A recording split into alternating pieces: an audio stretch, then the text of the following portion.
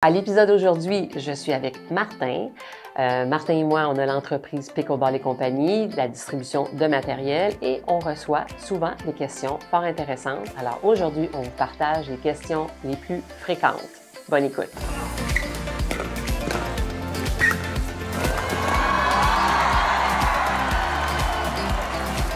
On commence par les questions les plus fréquentes qu'on reçoit. Une des questions, c'est entre autres, est-ce que c'est vraiment nécessaire de porter des lunettes de protection? On connaît la réponse, toi puis moi, hein? Ben, nous autres, on la connaît parce qu'on a vu des accidents à plusieurs reprises sur des terrains. Fait que c'est sûr que ma réponse est oui. Ben, dans mon cas, non, parce que j'ai déjà des lunettes, là, mais je veux dire, sur des personnes qui n'ont pas de lunettes, ben, c'est sûr et certain que c'est oui. La réponse est oui. Mais ce que je voulais dire aussi au niveau de ça, c'est que on dit, OK, les personnes qui n'ont pas de lunettes, mais on parle d'une clientèle aussi qui a, mettons, je dirais peut-être quoi, 50, 60, 70 ans. Il y en a plusieurs qui se sont fait opérer pour des cataractes. Ouais. La cataracte, ben, c'est une lentille qu'ils mettent en dessous. Je n'ai pas les termes techniques, mais en dessous de la pupille, si je ne me trompe pas. Et si on reçoit une balle, ben, c'est une lentille en dessous, hein, on s'entend? Fait que c'est sûr et certain que la lentille pourrait endommager sérieusement l'œil. Fait que on part de là, tu sais, mettons les personnes qui ont eu des opérations pour des cataractes, ben, c'est sûr et certain que vous autres, là, c'est primordial d'avoir une paire de lunettes de sécurité dans vos yeux parce que c'est quand on a cette opération-là, il y a plusieurs personnes qui ne portent plus de lunettes après. Donc, il y avait des lunettes anciennement, ils sont fait opérer pour une cataracte et ils n'en portent plus. Fait que c'est plus un automatisme de se planter une paire de lunettes en avant des yeux.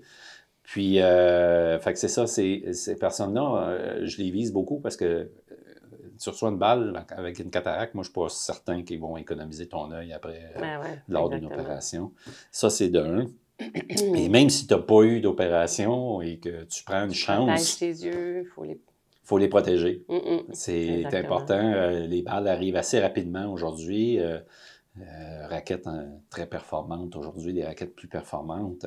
Les balles reviennent très rapidement versus anciennement, peut-être 6 Oui, exactement. Tu as raison, Martin, parce que c'est ça qu'on a vu au début, quand on a commencé, toi et moi, dans l'entreprise, on voyait pratiquement pas de gens qui portaient des lunettes de protection. Non. Et comme le niveau de jeu, comme tu dis, bon, le niveau a changé, les fabrications de raquettes, les balles arrivent de plus en plus vite. Les gens sont rendus à un niveau aussi plus élevé. Fait que les lunettes, c'est un must. Fait que ça, c'est un incontournable pour répondre à la question de nos auditeurs. Oui, ça prend absolument les lunettes de protection. Et d'ailleurs, on a eu écho que certains clubs qui obligent de les avoir. Là. Si tu n'as pas ta paire de lunettes, tu n'embarques pas sur le terrain. Ils veulent absolument que les membres du club qu'il n'arrive rien. Qu'il n'arrive rien, exactement. Tu sais, on parle, mettons, n'importe quel sport anciennement, mettons, qui était le racquetball, le squash. Même le badminton, un volant de badminton arrive rapidement dans un œil, ça peut vraiment endommager l'œil. C'est moins fréquent. Mais c'est moins fréquent, mais dans les courts de racquetball, anciennement, tu ne rentrais pas dans un court si tu n'avais pas une lunette de protection. C'était obligatoire.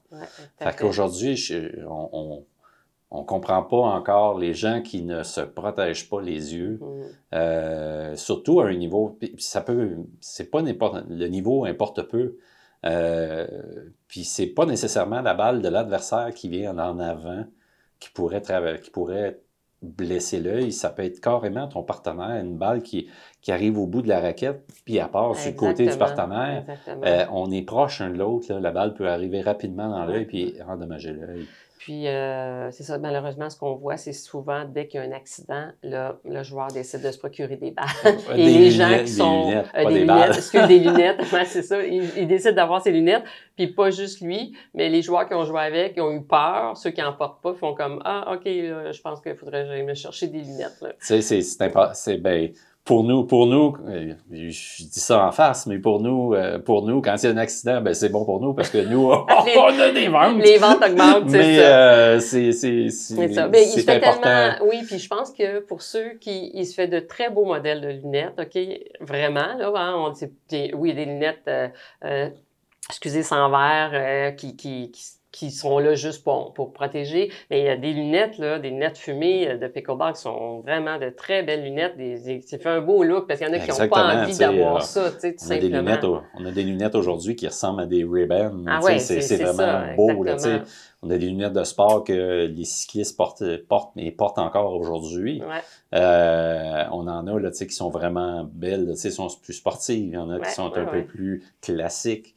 Il y en a qui sont vraiment fashion aujourd'hui. On a des lunettes qui ont été fabriquées, qui sont faites par CABM, qui sont hyper fashion.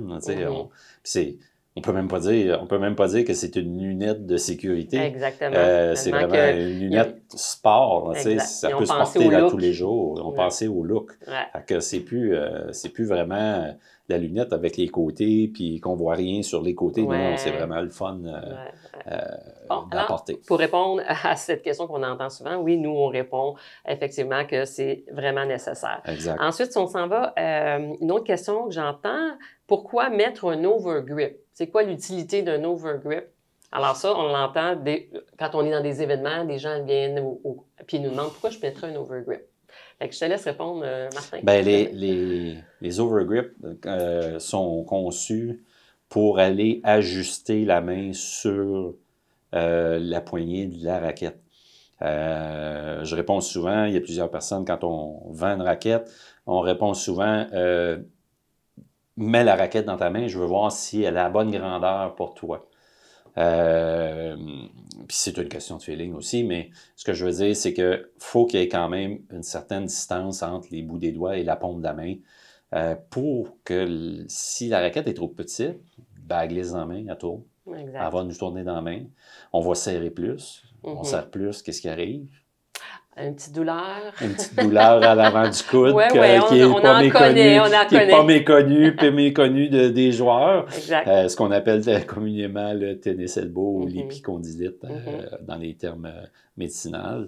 La même chose se produit si la grandeur du manche est trop grande. Même chose. C'est là qu'on va chercher des overgrips.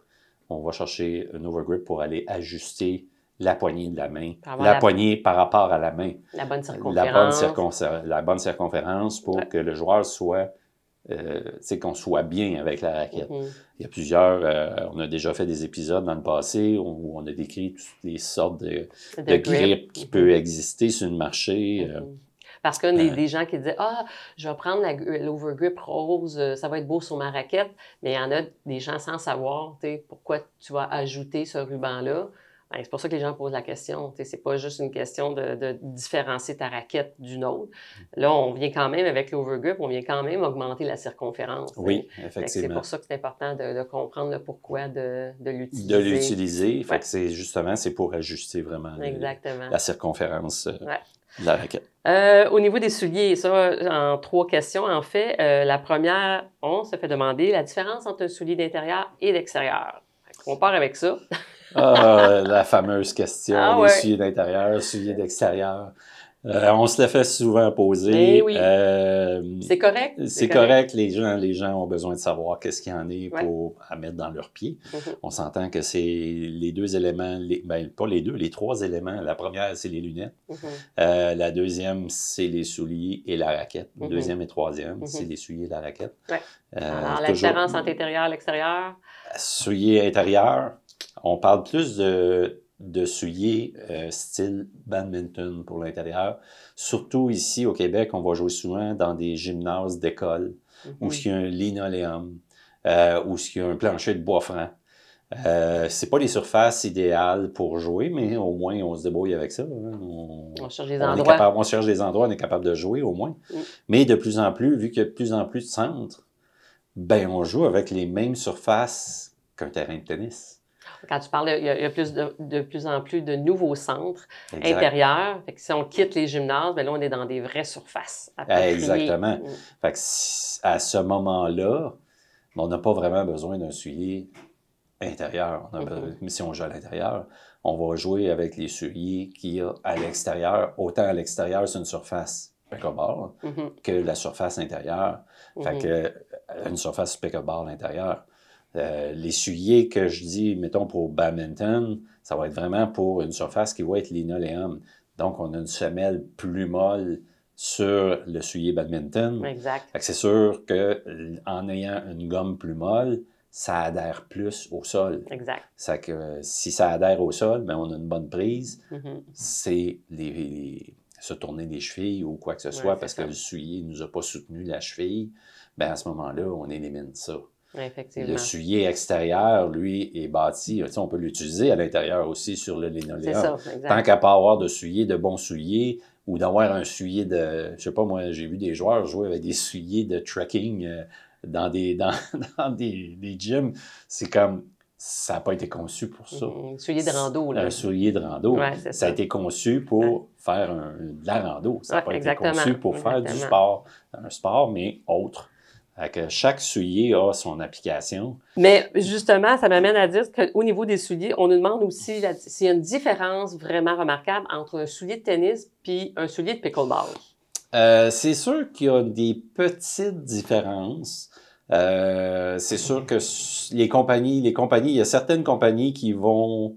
c'est le même soulier, finalement, tennis et pickleball. Oh oui, mais on ne se le cachera pas. Là. On ne se le cache pas, mais il y a quand même des petites différences qui ont été faites.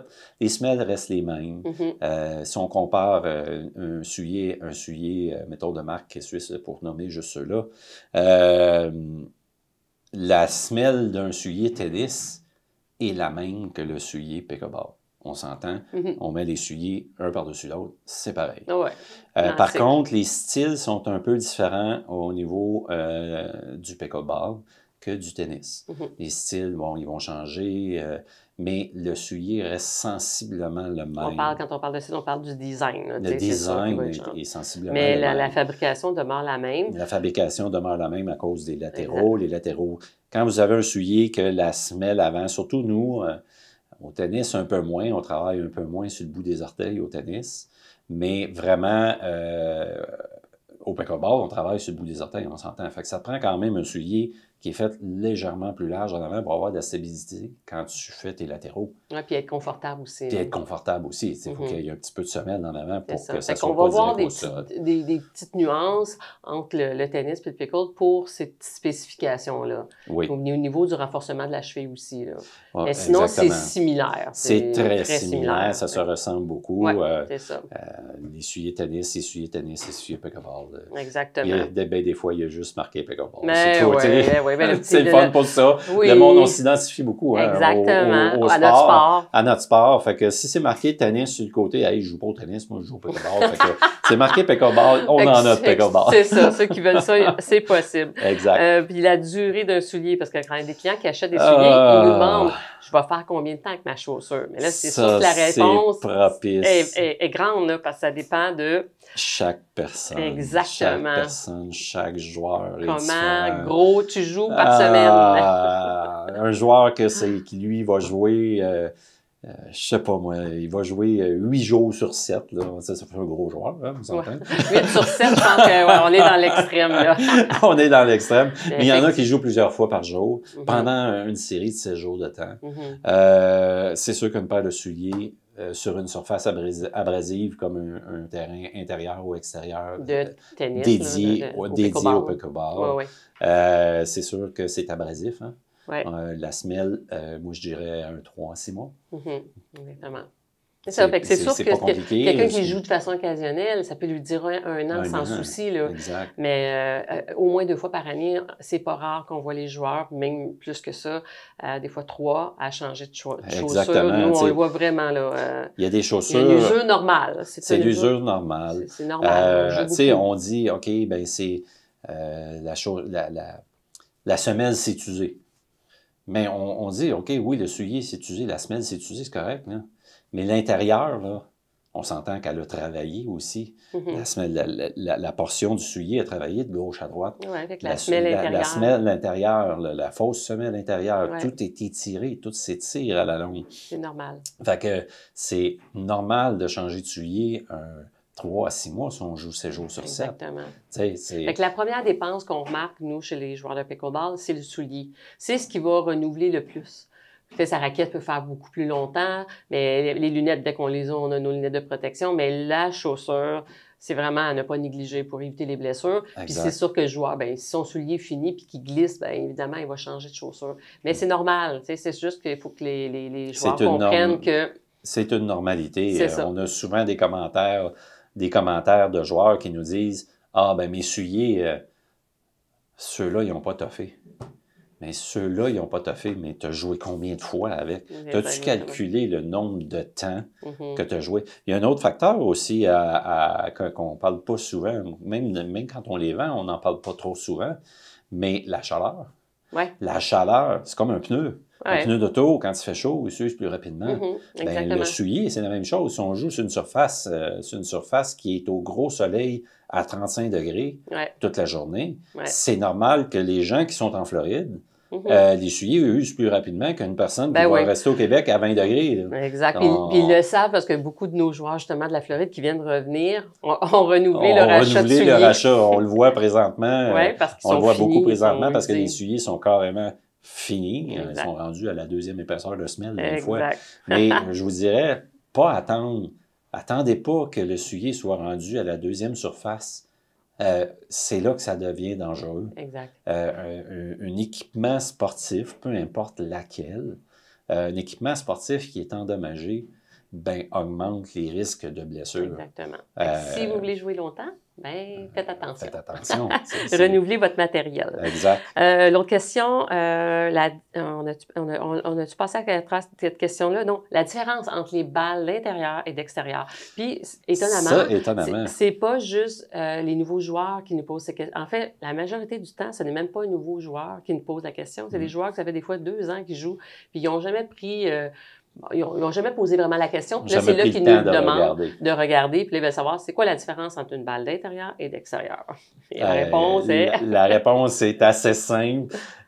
Aujourd'hui, surtout avec les balles Franklin qui sont utilisées dans les tournois et les tournois aux États-Unis ici, c'est pas compliqué à comprendre. Avant, on ne le savait pas. On utilisait des Onyx. Non, mais c'est correct on utilisait des Onyx essentiellement. On savait qu'il y avait un Onyx qui avait moins de trous, puis il y avait une Onyx qui avait plus de trous. Ben, chez Franklin, ils ont comme donné le nom. Ils ont fait une balle extérieure qui est la X40.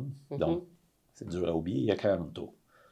Et la X26, qui est la balle intérieure, qui a 26 trous. 26 trous. Fait que c'est pas compliqué à comprendre. Balle intérieure 26. Puis le trou est un peu Le trou est un peu plus gros. La balle intérieure. Et pourquoi il y a des petits trous pour les balles extérieures? Ben, la balle voyage plus dans l'air, plus d'air qui passe à travers la balle. Le vent. La balle est toujours légèrement un petit peu plus lourde à l'extérieur que l'intérieur. Par contre, il y a des balles intérieures qu'on pèse des fois puis qui sont à peu près au même poids. Mais vraiment, la balle c'est 26 pour l'intérieur, 40 à l'extérieur. Exactement. Et après ça, on rentre dans les spécifications. Là, on va des plastiques plus durs, les plastiques moins durs. Il y a des balles qui sont faites qui vont travailler moins rapidement. Il y en a qui vont travailler plus rapidement. Il y en a qui vont être plus précises aussi. On a des balles qui sont plus précises. Là, on va faire une petite capsule vidéo sur les balles. Sur les balles, vous pourrez exactement. voir, on va vous présenter toutes les différentes sortes de balles, puis justement les spécifications en lien avec chacune d'entre elles. Ça va vous aider pour le choix de votre balle. Puis ça, c'est une autre question qu'on nous demande souvent, c'est « Ouais, mais laquelle j'achète? Quelle marque j'achète? » Bien, la marque, tu sais...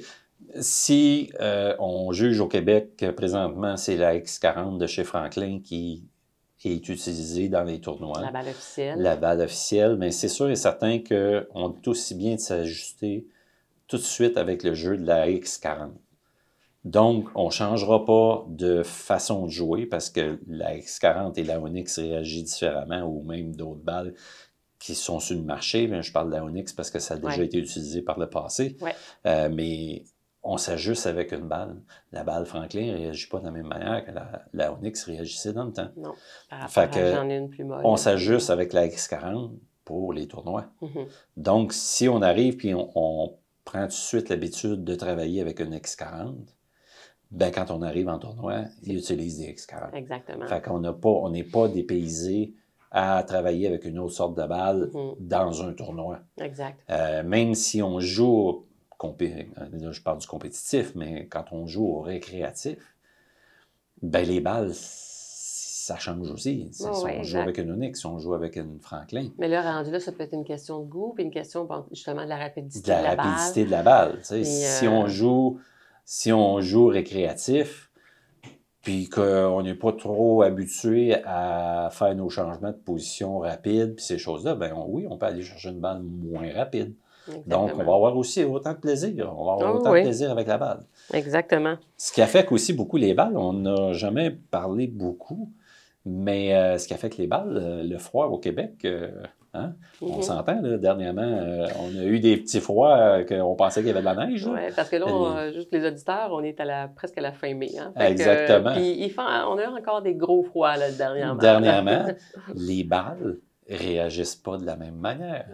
Les balles deviennent plus dures, donc une balle plus dure, qu'est-ce que ça fait? Ça voyage plus vite. Fait qu'automatiquement, la balle, elle ne réagit pas de la même manière parce que la chaleur n'est pas là. C'est ça.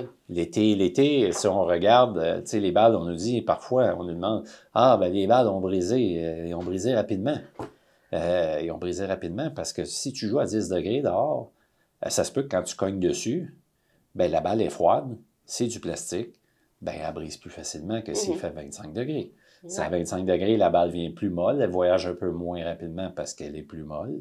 Donc, on brise moins les balles. Exactement.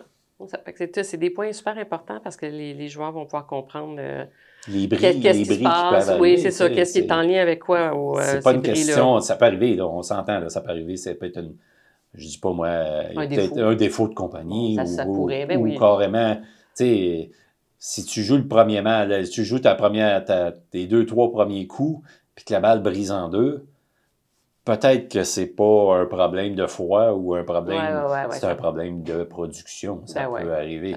C'est plutôt rare, mais ça arrive. Excellent. Autre question, c'est quoi le sweet spot? On entend, mais c'est souvent... on va le traduire, premièrement. Le sweet spot, c'est quoi? Il ne faut pas être découragé de ça, là. Tu as l'air d'avoir un petit... c'est une question qui est posée souvent. Oui, mais oui. Le sweet spot, c'est la place où la raquette a le meilleur frappe. Oui. Donc, c'est le meilleur de la raquette. Oui, la meilleure partie. Surface où ce que la balle va réagir le mieux. Le mieux, donc, c'est la surface de réaction, la meilleure surface de réaction. C'est ça, mais communément appelé sweet spot parce que souvent les gens, ils ont entendu le terme, ils veulent savoir. Ils veulent savoir qu'est-ce que c'est. Donc, vraiment, c'est où ce que la frappe de la balle est la meilleure. On voit souvent sur les reviews de raquettes ou sur les spécifications, justement, comme on peut afficher, nous, sur nos produits de raquettes, là, que le fabricant va parler du sweet spot. Là. Oui, exactement. C'est ça ils vont marquer un sweet spot élargi ou un better sweet spot. C'est qu'ils vont fabriquer les raquettes en considération les matériaux qu'ils vont utiliser soit à l'intérieur, soit à l'extérieur. Ils vont fabriquer des matériaux soit plus durs, moins durs ou carrément de ce temps-là, depuis, je dirais peut-être quoi, un an et demi, peut-être 2, ils vont injecter de l'uréthane tout le tour de la raquette. Ça élimine de la vibration, mais ça fait agrandir. Ça rigidifie la raquette. Donc, le sweet spot est agrandi automatiquement. La rigidité de la raquette est plus grande. Donc, on a agrandi cette surface de frappe-là. Exact. C'est sûr que quand on parle de raquettes, on parle de technologie. C'est des technologies qui existent pour agrandir le sweet spot. Oui, exactement. Les matériaux ont énormément changé. On est parti d'une palette de bois, après ça, une palette de fibre de verre, une palette en graphite, une palette en carbone. On est rendu avec du Kevlar. Je ne sais pas, ça va être quoi le prochain matériau de la NASA qui vont sortir pour essayer de faire quelque chose avec ça. Sky is the limit. Sky is the limit, ça a l'air dans le pickleball présentement. Fait que oui, les matériaux changent et effectivement, les sweet spots sont plus grands. Quand des fois, les gens vont dire « Ah, j'ai frappé la balle, puis bon, la balle, elle meurt. » C'est l'expression souvent qu'on va entendre. Bien là, ça veut dire qu'elle est en dehors de la zone de frappe. La meilleure. La meilleure partie qu'on appelle le sweet spot. Fait que, je pense que pour ceux qui cherchaient la réponse, ils vont l'avoir maintenant. Puis pour ce qui est des raquettes, ceux qui jouent de façon récréative, ça les importe peu, mais ceux qui font des tournois, on va souvent nous demander est-ce qu'elle est approuvée? Comment savoir si une raquette est approuvée pour les tournois? La meilleure façon de... Très bonne question et très bon sujet parce qu'on a vu de toutes sortes dernièrement. Ouais. Dans la dernière année, on a eu des raquettes qui ont été enlevées du marché, qui ont été remis. Écoute, on a entendu de toutes les sortes. Oui, effectivement, quand on fait du tournoi, les raquettes sont approuvées par la USCPA. Donc, la USCPA, c'est l'association qui teste les raquettes, voir si les raquettes ne sont pas trop rigides et n'ont pas une force de frappe supérieure à la générale. Ils ont des spécifications, ils ont des normes pour vérifier ça. Ouais. C'est sûr et certain. Il y en a toujours qui vont partir avec une certaine norme, puis après ça, ils vont jouer un petit peu avec un petit surplus, un petit ci, un petit ça. Fait que c'est ce qui arrive. Tu veux dire par le fabricant? Ils vont fabriquer une raquette, puis en cours de route, ils vont déborder un petit peu. En tout cas, c'est mon avis, mais ils vont essayer de déborder parce qu'on le voit sur les fabrications de raquettes, on le voit. Ils veulent aller vers des raquettes plus puissantes. Exactement. Là, ils vont essayer de tester jusqu'où la limite. Où est-ce que la limite se rend? C'est pour ça que des raquettes qui ont été légales et là, soudainement, sont retirées du marché. Mais c'est ça, mais souvent, les clients qui veulent savoir si c'est approuvé, c'est que là, ils ne savent pas si leurs références ou s'ils sont sur la raquette, parce que sur la raquette, ça va être indiqué. C'est toujours indiqué. La majorité, si on regarde, pour nommer juste ça, on achète une raquette sur Amazon. Ouais. On paye 60 pièces, 60 pièces de raquette. On ne sait pas si on va aimer le pickleball. On ne sait pas si on va aimer le pickleball, puis c'est bien correct. Regarde, on paye deux raquettes, un set de balles, 60 pièces. Là, tout à coup, on disait, j'ai le goût de faire des tournois, mais là, on ne sait pas. La raquette, elle fait-tu l'affaire? Elle fait-tu l'affaire? On a vu maintes et maintes fois dans des tournois, quand il y a des arbitres qui arrivent, retourner les joueurs sur le banc. Pourquoi? Mais la raquette est-elle approuvée? Exact. C'est marqué dessus, est approuvée. Oui, mais est-elle approuvée dans le guide de la USCPA? Donc, ce guide-là se retrouve, tu sais, on parle beaucoup aux États-Unis parce que c'est la USCPA qui est aux États-Unis. Mais on peut le retrouver ici au Canada sur le site de Pickleball Canada. Ouais. On peut le retrouver facilement dans les guides, où est-ce qu'on regarde dans les guides de tournois et raquettes approuvées. Exactement. Automatiquement, si vous n'êtes pas sûr que votre raquette est approuvée, c'est la meilleure. Ben, c'est la meilleure façon d'aller voir, c'est vraiment d'aller dans le guide, de mettre votre modèle que vous avez. Et si il n'est pas dedans, ben, la raquette listé, ben, la réponse, vous l'avez. n'est pas. Exactement. N'est pas approuvé. C'est ça. Fait que c'est une très belle référence, pas juste se fier à la raquette, c'est marqué USPA Approved, mais d'aller directement sur Pickleball Canada, puis ils sont tous là. Ils sont tous là, puis il y a des raquettes qui ont été approuvées, puis des grosnes marques qui ont été approuvées pendant 1 an, 2 ans, ils ont été approuvées, puis à un moment donné, oups, on ne sait pas, on n'est pas au courant parce que, bon, je douterais que le monde...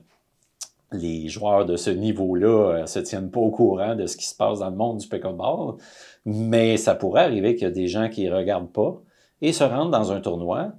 L'arbitre demande à voir les raquettes, voir s'ils ne sont pas cassés. Premièrement, il demande il regarde, voir si la raquette n'est pas délaminée. Et après ça, se ramasse, est-ce que la raquette est approuvée? Exactement. Nous, ça fait 1 an qu'on joue avec, 1 an et demi qu'on joue avec. Et tout d'un coup, on n'a pas vu passer ça sur les réseaux sociaux ou à la télévision, j'en douterais, mais disons sur les réseaux sociaux, on ne l'a pas vu passer, puis elle n'est plus approuvée.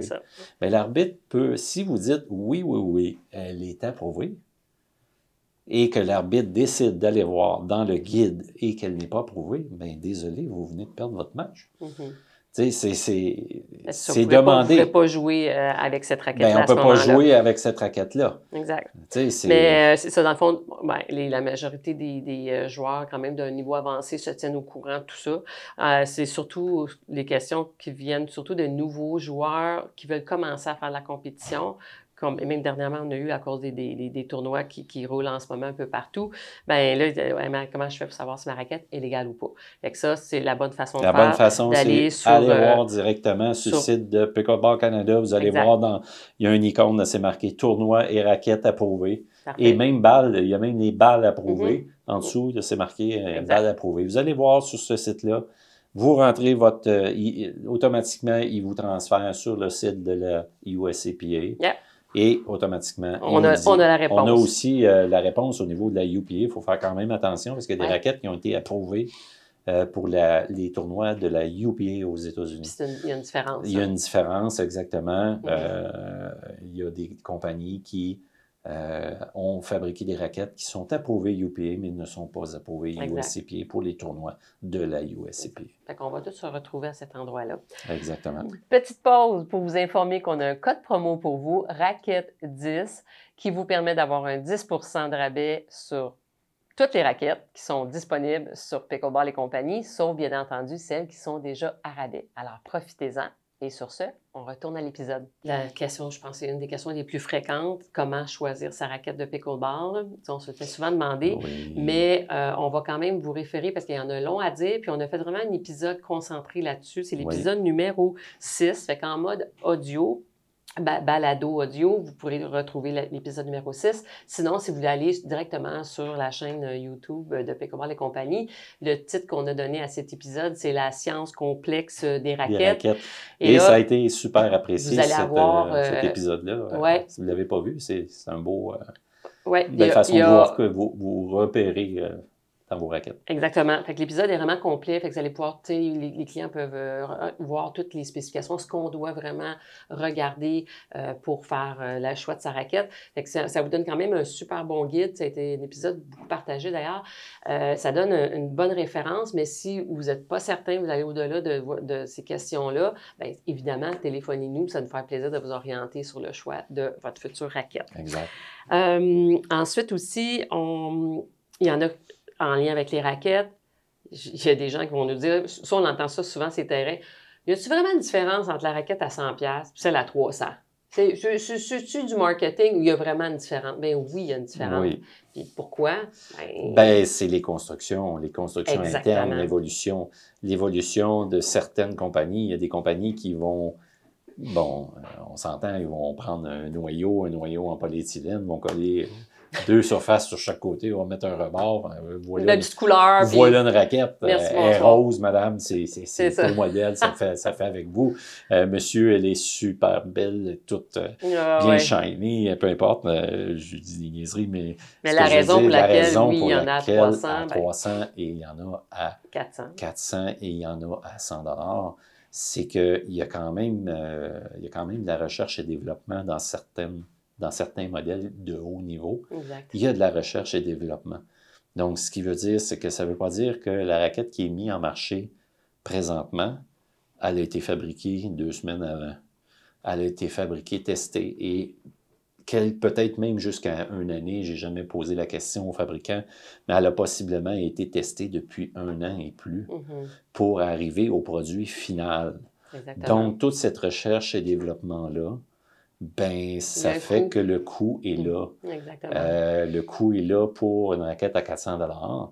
Et une raquette à 100$, comme j'expliquais tantôt, on est contre 2 surfaces, merci, bonsoir. On en produit 100 000 de celle-là, puis on en vend 100 000. Puis, tu sais, les raquettes plus dispendieuses aussi, Martin, on le voit que, il y a des noms qui sont associés, des grands noms, que ce soit, là, dernièrement, on a des anciens joueurs de tennis, Agassi, Graf, mais les joueurs de pickleball à la base, comme les Ben John, excuse-moi, Ben John.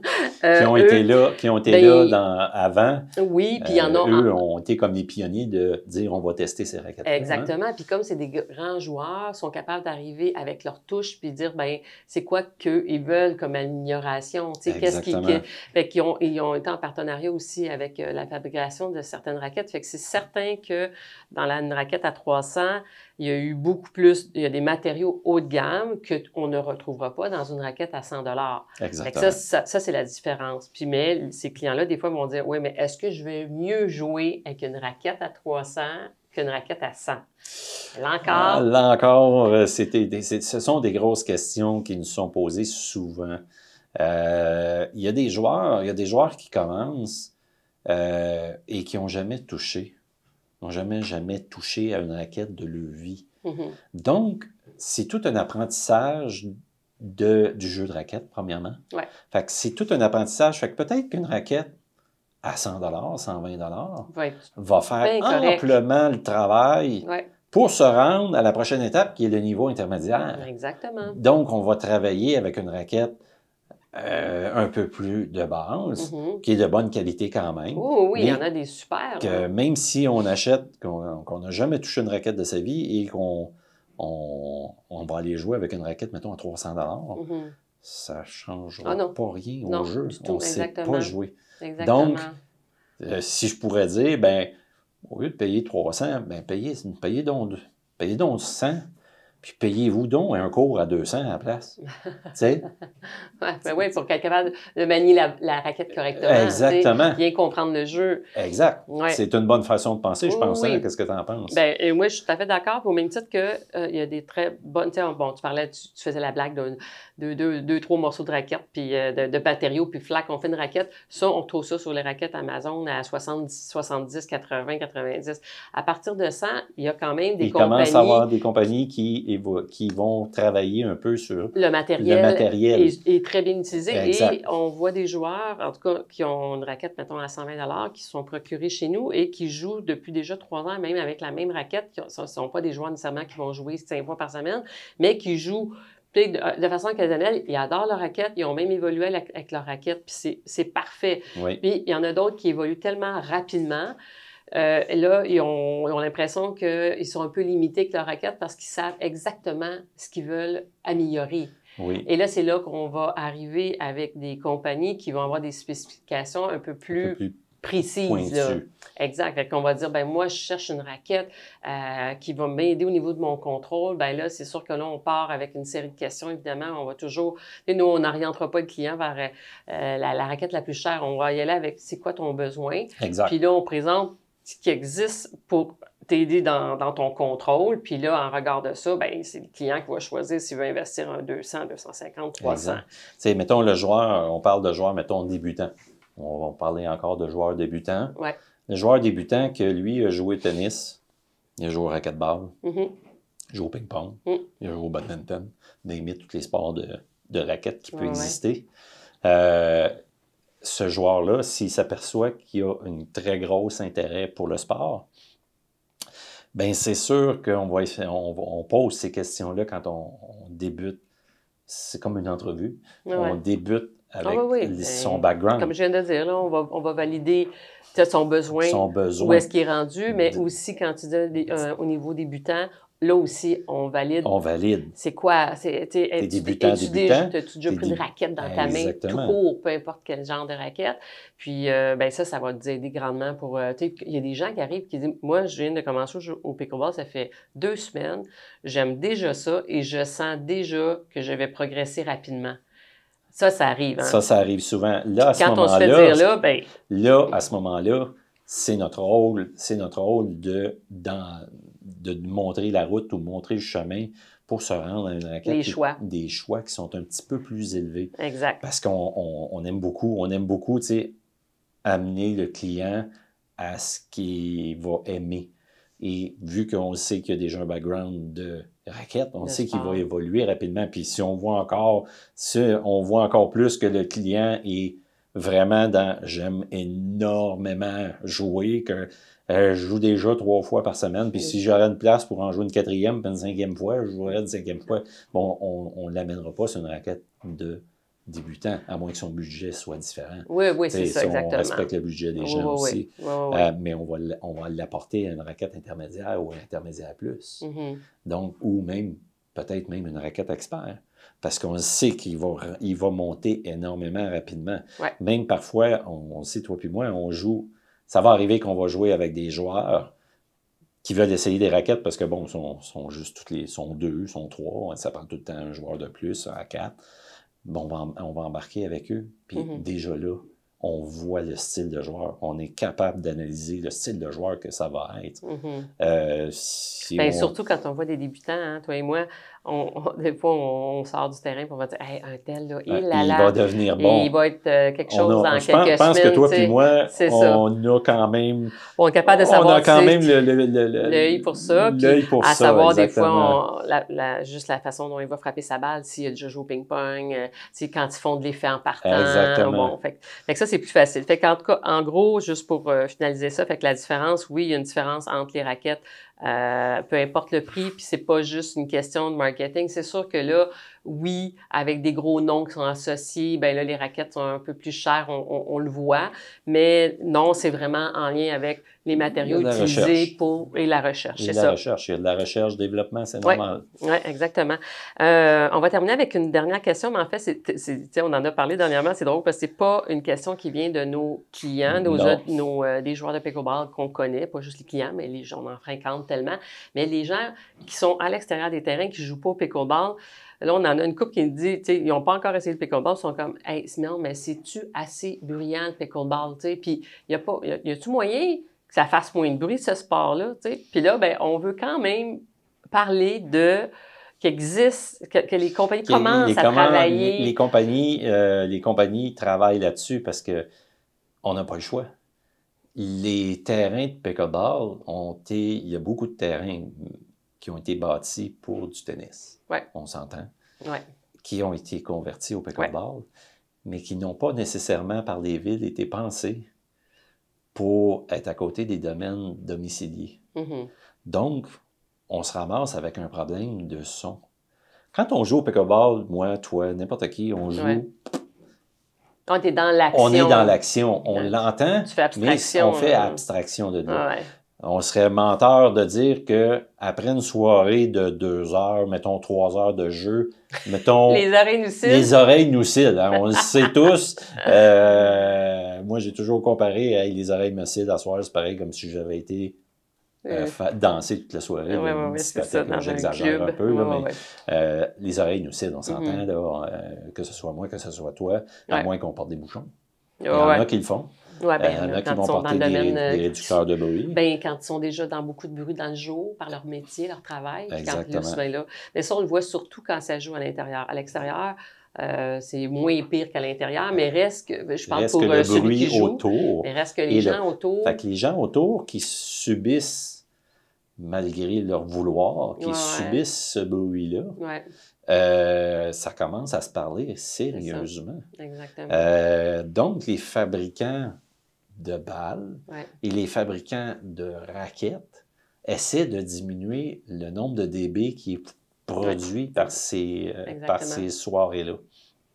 Donc, au niveau des balles, ben, on a eu, on le sait, hein, ça fait peut-être 3-4 ans, on a eu des tests à faire avec des balles en mousse. Hein? C'était vraiment drôle. Ben, c'est correct. Gamma a décidé de faire une balle en mousse. Pour l'essayer, on les a essayés. C'est ça ne remplacera pas la balle traditionnelle, mais reste que pour certains, d'ailleurs, les balles en mousse, nous, de notre côté, on en a vendu beaucoup pour les gens dans des campings parce qu'ils veulent jouer tôt le matin, ils ne veulent pas déranger les résidents, avec raison. Fait que ça, la balle en mousse, c'est génial pour ça. Exact. Ça fait un bon training. On ne peut pas dire qu'on ferait des parties complètes avec ça. On ne peut pas jouer des matchs, mais jouer des échanges rapides au filet, ça fait super la job. Ça, c'est déjà ça. Fait qu'il y a eu une amélioration, tu sais, pas une amélioration, mais les compagnies ont quand même tenté d'aller chercher quelque chose. D'aller chercher quelque chose. On a vu dernièrement aussi sur les réseaux sociaux, il y a eu des balles en 3D qui ont été fabriquées.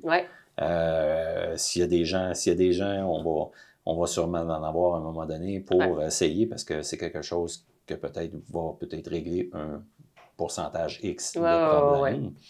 On a eu ça. Fait que ça, automatiquement, c'est que les villes commencent à, peut-être pas au Québec, on entend parler, mais pas tant.